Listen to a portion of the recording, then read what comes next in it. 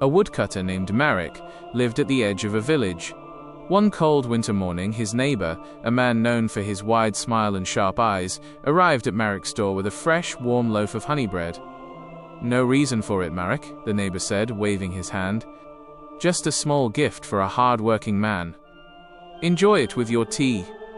Marek was touched.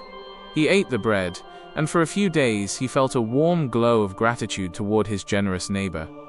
He thought to himself, what a rare, kind soul. A week later, the neighbor returned. "Marek, my friend, I have a small favor, just a tiny thing for a man of your strength. I need to clear a patch of heavy oak trees on the hill to expand my garden. Since we are such close friends, I knew you'd help." Marek looked at his own pile of logs that needed splitting for the market, but the taste of the honey bread was still fresh in his mind. He spent 3 days sweating on the hill, clearing the neighbor's land for free. He lost 3 days of his own wages. As he sat exhausted on a stump, he realized the honey bread had cost him more than a sack of gold. The neighbor hadn't given him a gift. He had bought Marek's labor at a massive discount. When someone offers you an unasked favor, they are often planting a seed of guilt. They give you a small, low-value item today to create a high-value obligation tomorrow. A gift with a hidden price tag is not kindness. It's a loan with an interest rate you didn't agree to. If you want to keep your freedom, learn to recognize the hook inside the bread. Sometimes, the most expensive thing you can accept is something that claims to be free. In a town where the rain lasted for months, a young merchant named Leo was caught in a sudden downpour just outside his rival's shop. His rival, a man named Silas, stepped out with a wide silk umbrella. "Leo, don't stand there catching a fever," Silas said smoothly. "Take my umbrella. Return it whenever you like." Leo was relieved. The umbrella saved his fine wool suit and his dignity. He felt a surge of warmth for Silas, thinking their old rivalry was finally over. The umbrella was worth maybe 5 silver coins, but to Leo, in that moment, it felt like a lifesaver. A month later, Leo was bidding on a massive government contract for grain, a deal worth 5,000 gold pieces. Silas approached him at the auction house, leaning in close. "Leo, remember that rainy day? I wouldn't want to see a friend who shares my umbrella fail. But, my warehouse is struggling. It would be a great thank you if you stepped back from this grain bid and let me take it this year." Leo froze. The favor of the 5 silver umbrella was now being weighed against a 5,000 gold contract. Because of the social debt hanging over his head, Leo felt paralyzed. If he refused, Silas would tell the town Leo was ungrateful and had no honor. Silas wasn't trading an umbrella for an umbrella, he was trading a cheap tool for a kingdom. Leo realized too late that reciprocity is the most crooked scale in the world. When you accept a small favor from someone who plays for keeps, they don't want a small favor in return. They wait for the moment you are most vulnerable and demand your most valuable asset as fair payment. An umbrella is just an umbrella until it becomes the reason you lose your roof. If you can't pay for the help you need in cash, be very careful about what you are signing away in spirit.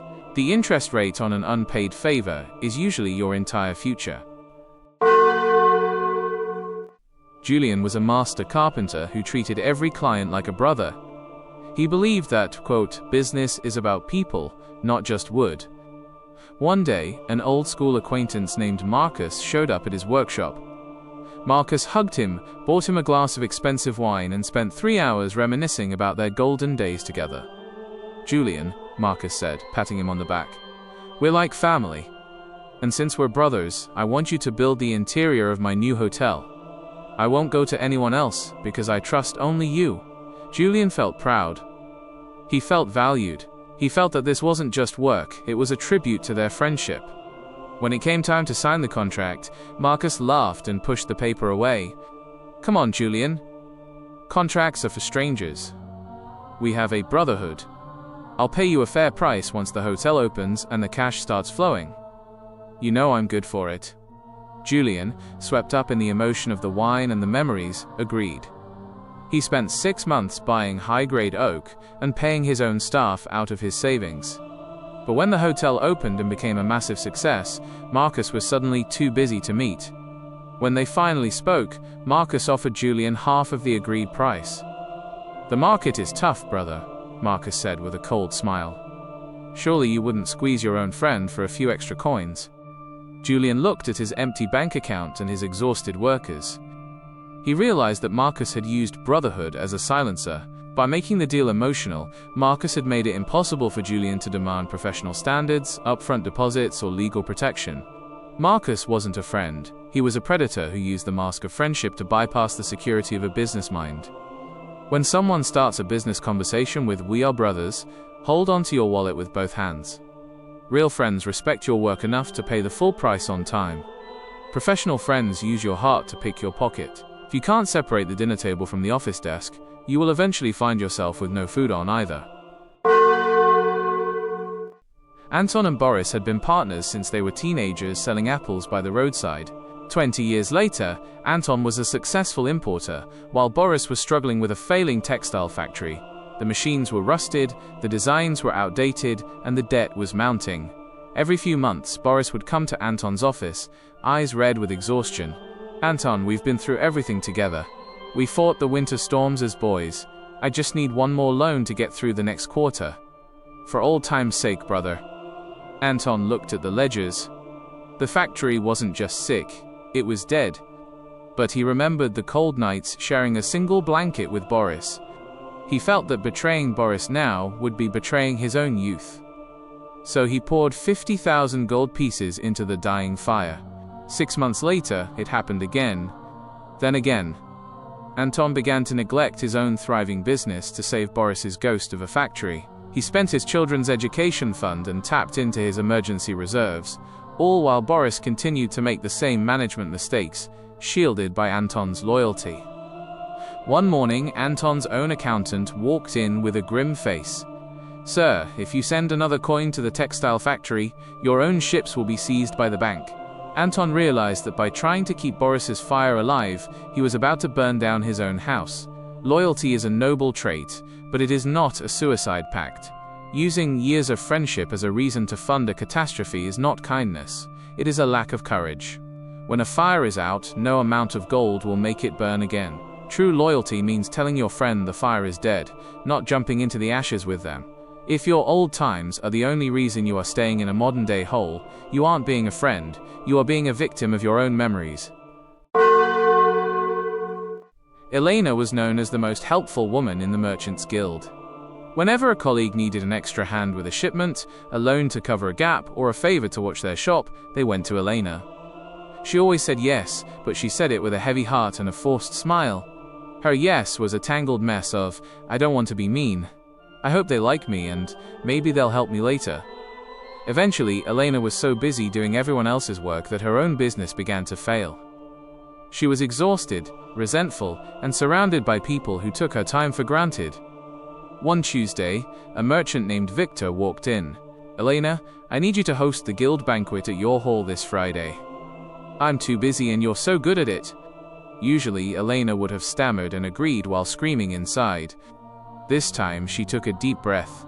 She looked Victor in the eye, gave him a calm, genuine smile and said, "No, Victor. I have other priorities this week and cannot take that on." Victor blinked.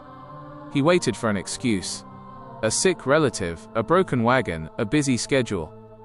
But Elena said nothing else. She just kept that calm smile. Victor tried to push. "But surely you can find a few hours?" Elena didn't flinch. "I understand it's important, but my answer is no." Without a messy excuse to argue against, Victor had nowhere to go.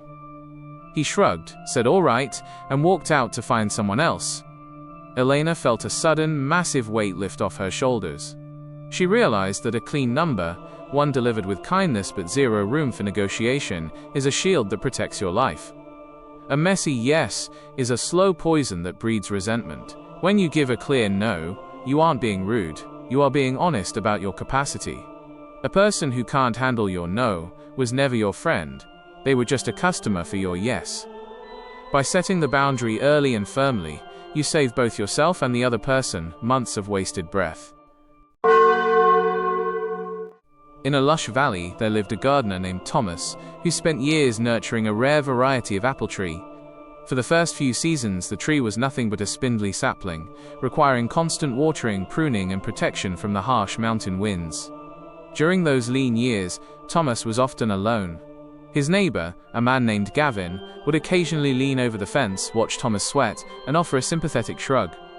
"A lot of work for a stick in the mud, Thomas," Gavin would say, before heading off to enjoy his own leisure. Gavin was never there when the frost threatened the roots, or when the insects attacked the bark. He was a shadow, present only when the sun was shining, and the work was quiet. Then came the year of the great harvest. The tree erupted in blossoms, and soon branches were bowing under the weight of deep red honey-sweet apples.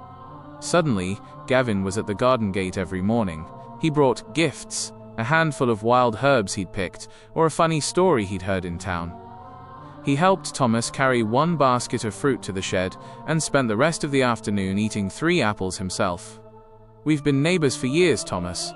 It's so good to see our hard work finally paying off," Gavin said, as if his occasional shrug over the fence had been a contribution.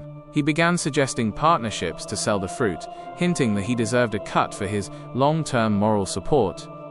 Thomas sat on his porch, watching Gavin eye the ripest fruit on the top branches. He realized that Gavin wasn't a friend who had weathered the storm, he was a harvester of other people's seasons. A social leech doesn't come to help you plant, they come to help you eat. They are experts at staying in touch, just enough to remain relevant, but they disappear the moment a shovel is pulled out. They don't want to be your umbrella during the rain, they want to be your guest when the fruit is sweet. If someone only shows up when your tree is heavy, they aren't there for you, they are there for the harvest. Recognition of the parasite is the first step to protecting your orchard. True allies are the ones who knew the shape of your tree when it was just a stick in the mud. The 2 most powerful merchants in the capital were Master Han and Master Vance. They had done business together for 30 years, moving tons of silk and spice across the desert. People often wondered why their partnership never dissolved into the lawsuits and betrayals that destroyed other firms. One evening, a young apprentice asked Master Han his secret. "Is it because you are like brothers? Do you share a deep emotional bond of ancient loyalty?" Han laughed and pulled out a small leather-bound book. "No," he said. "It is because our ledger is always at 0. Every favor is paid, every debt is settled, and every dinner is split." Han told a story of a time 10 years ago when his caravan was lost in a sandstorm. Vance had sent his own men to rescue Han's cargo at great personal expense. Most men would have said, "I owe you my life, brother," and left it at that, letting the debt hang in the air forever. Instead, the moment Han returned, he calculated the exact cost of the rescue, the wages of the men, the wear on the camels, and a healthy profit for Vance's risk. He paid it in gold that very afternoon. Vance accepted the gold without hesitation. There was no "don't worry about it" and no "you'll get me back later." They shook hands, the debt was erased, and they went back to being equals.